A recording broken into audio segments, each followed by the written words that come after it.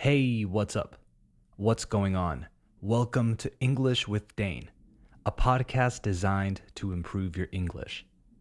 As always, I'm your host, Dane, and you can find me on Instagram at English with Dane. If you want a full transcript of this and all future episodes, send me a message. And if you don't use Instagram, send me an email at englishwithdane@gmail.com. On today's episode, we will travel back in time to revisit a moment in history that happened on a day like today. I'm talking about the most famous theme park or amusement park in the world opening its doors for the first time ever. Plus, there will be a bunch of useful vocabulary to discuss. So let's get to it.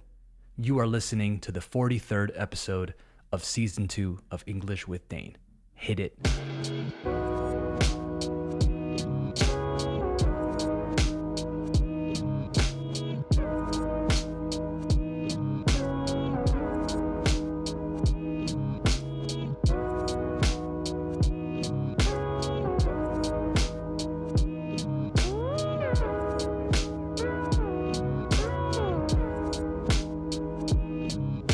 Okay, we have officially started the show, so let's visit history.com to see what happened today in history. The headline reads, Disneyland opens. Disneyland, Walt Disney's metropolis of nostalgia, fantasy, and futurism, opens on July 17th, 1955.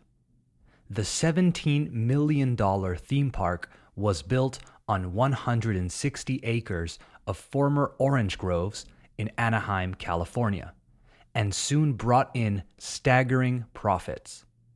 Today, Disneyland hosts more than 18 million visitors a year who spend, que gastan, close to $3 billion.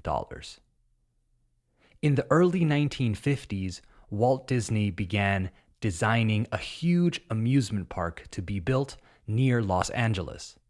He intended Disneyland to have educational as well as amusement value and to entertain adults and their children.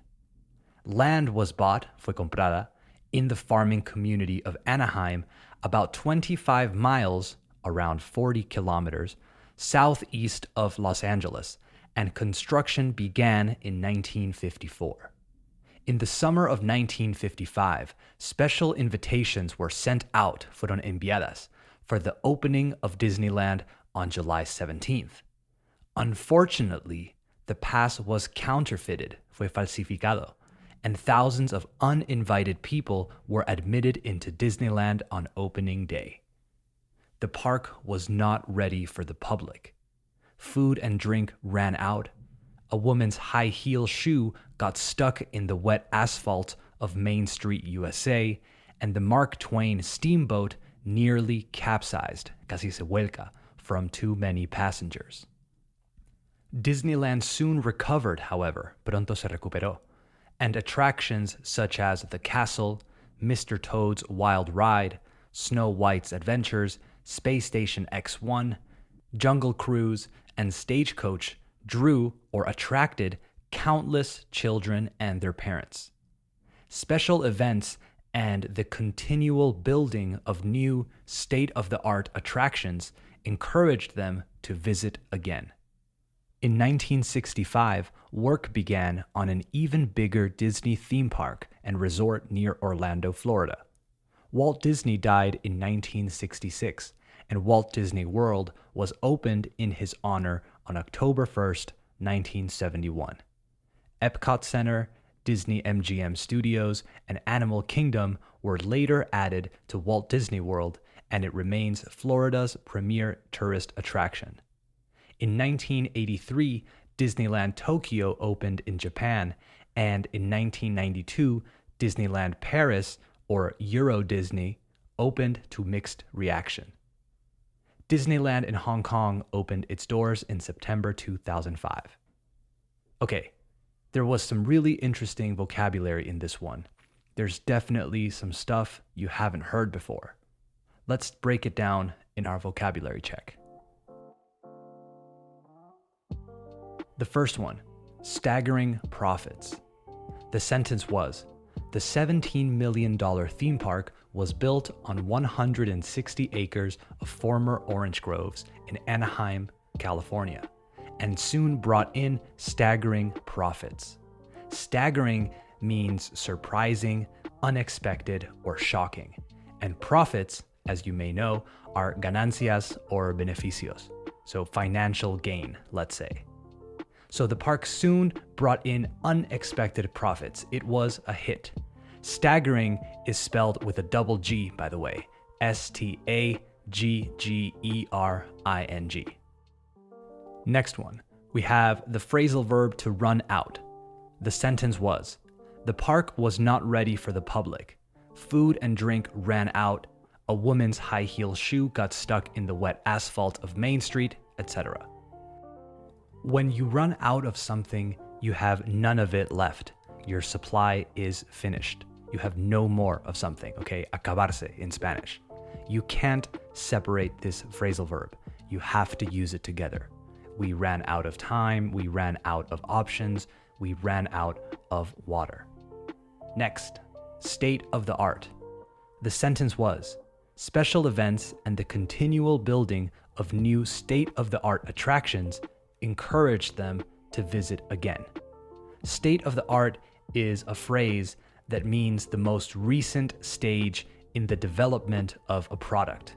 So it includes the newest ideas, the newest technology, features, etc. In Spanish, we would say lo último, I guess. Next one, the verb to capsize. You can find it in the same sentence as run out, right? So the park was not ready for the public, food and drink ran out, a woman's high heel shoe got stuck in the wet asphalt of Main Street, USA, and the Mark Twain steamboat nearly capsized from too many passengers.